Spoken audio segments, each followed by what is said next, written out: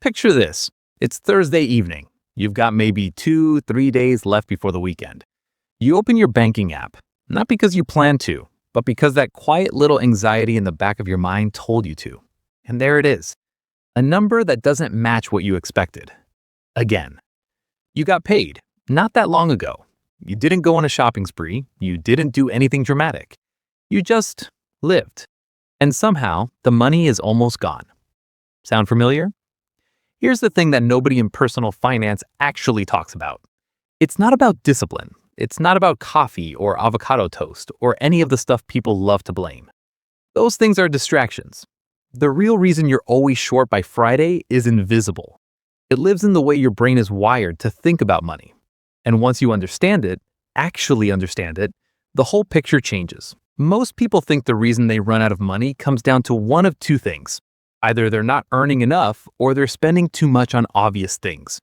So the typical advice follows from that. Make more money, cut your expenses, build a budget, track every dollar.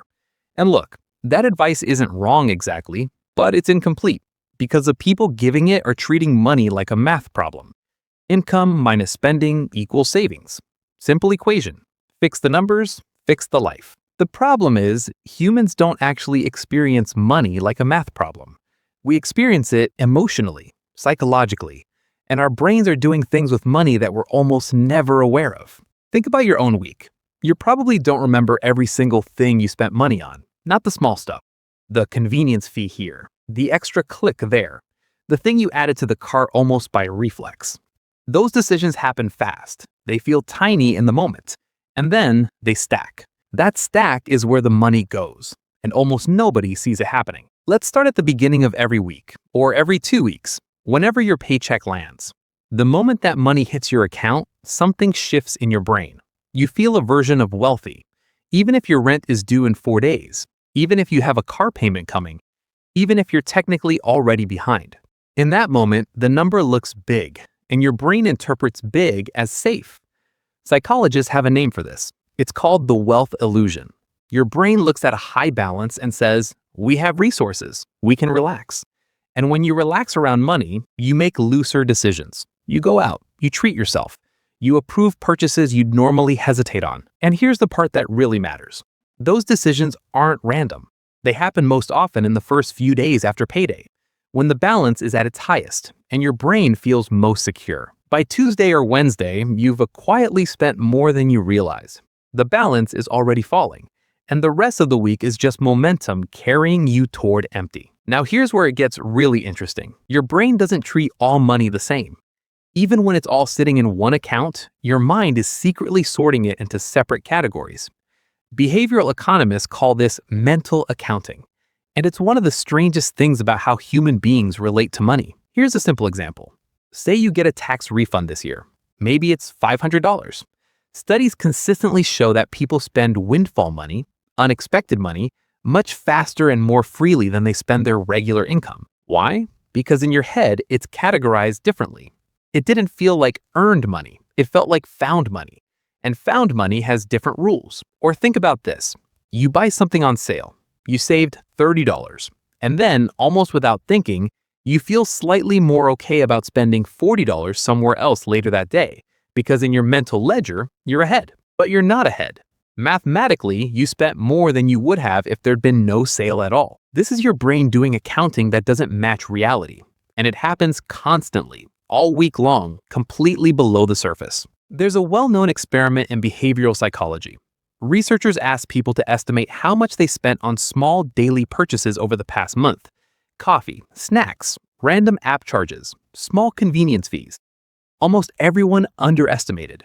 By a lot. Some people were off by 3 or 4 times the actual amount. Why? Because small purchases don't get stored in memory the same way big ones do. Your brain tags big purchases as significant events. A new laptop, a car repair, a flight. Those get remembered. But a $4 charge, a $7 charge, they don't create a strong enough emotional signal to stick. So they fade, and you forget them almost immediately. Now multiply that across 5 days. Multiply it across 52 weeks, and you start to see where enormous amounts of money quietly disappear every single year. Not in big dramatic moments, but in tiny, invisible ones. Okay, so we've talked about the financial mechanics, but there's something even more fundamental going on underneath all of it. Think about when you're most likely to spend impulsively. Not the planned purchases, the unplanned ones. The ones you weren't expecting to make when the day started. For most people, those purchases cluster around stress, around boredom, around low-level frustration, around that feeling you get at the end of a long day when you just want something to feel good. Spending is one of the fastest and most accessible mood adjustments available to us. You feel bad, you buy something. There's a quick hit of anticipation, of reward, of small pleasure. And for a moment, it works. The problem is, it works just long enough to become a habit, a coping mechanism. And like most coping mechanisms, you stop noticing you're doing it. A study from the University of Michigan found that people were significantly more likely to make unplanned purchases on days when they reported feeling stressed or emotionally drained. This isn't a character flaw, it's a deeply human response.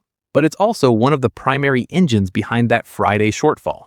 Here's the last piece of this puzzle, and honestly, it might be the most important one. Your brain struggles to care about your future self the same way it cares about your present self. Neuroscience research has actually shown this. When people think about their future selves, even just a few months from now, the brain activates patterns more similar to thinking about a stranger than thinking about yourself. Which means when you're deciding whether to save money or spend it today, you're essentially weighing your current satisfaction against a stranger's financial security. And in that matchup, the present almost always wins. This is why "I'll save more starting next month" is one of the most sincerely meant and most reliably broken financial promises people make. It's not a lack of intention, it's a quirk of how the brain values time. Next month you doesn't feel real. Right now you is very real. And right now you has a lot of wants. So now that you understand what's actually happening, what do you do with it? The answer isn't to become a different person. It isn't to want less or feel less or somehow override your psychology through sheer willpower. That approach doesn't work, and the research is pretty clear on that. The answer is to build a system that works with your psychology instead of against it. Here's the first shift. Stop treating your full paycheck as available money. The moment it lands, a significant portion of it is already spoken for. Rent, bills, debt minimums. Before you spend a single dollar on anything else, those obligations are claims on that balance. So mentally and practically, separate what's actually yours to use from what's already committed. When you only see the real available amount, the wealth illusion shrinks. The payday feeling becomes more accurate. The second shift is about automating decisions you currently make with willpower. If saving requires you to actively decide to save every single week, you'll lose that decision about half the time, maybe more, because there will always be a week where something comes up, where you're tired, where the present feels more urgent than the future. But if saving happens automatically, if the money moves before you ever see it, before it even hits the account you spend from, then the decision is already made. You can't spend what isn't there.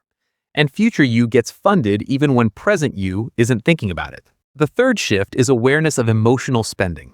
Not elimination, awareness. You don't need to stop buying things when you're stressed, but try this. When you feel that pull toward an unplanned purchase, pause for 90 seconds. That's all, just 90 seconds. Ask yourself honestly, what am I actually feeling right now? And is this purchase actually going to fix that? Most of the time, the honest answer is no. And that 90-second pause is often enough to break the automatic loop before it completes. Here's what I want you to walk away with. The gap between earning a decent income and actually building financial stability isn't usually a math problem. The numbers aren't the hard part. The hard part is the invisible layer underneath the numbers. The way your brain interprets a high balance as permission to spend. The way it creates mental categories for money that don't always add up. The way small purchases vanish from memory before they can register as meaningful. The way stress and discomfort send you looking for quick relief, and spending happens to be right there, easy and available. None of this makes you bad with money. It makes you a human being operating with a brain that evolved long before credit cards and subscription services and one-click checkout. Your brain is not broken. It's just running patterns that were never designed for this environment. And the moment you understand that, the moment you stop blaming yourself for a lack of discipline and start building systems that account for how you actually think, that's when things start to shift. Not because you changed who you are, because you finally started working with yourself instead of against yourself. That's the real reboot. If this gave you a different way to think about money, not just what to do, but why you do what you do, then this channel is built exactly for that. Every video here is about understanding the psychology behind your financial decisions, because that's where the real leverage is. Subscribe if that's what you're looking for. And if you know someone who always seems to be wondering where their money went by the end of the week, send this their way. It might be the most useful thing they watch all month. See you in the next one.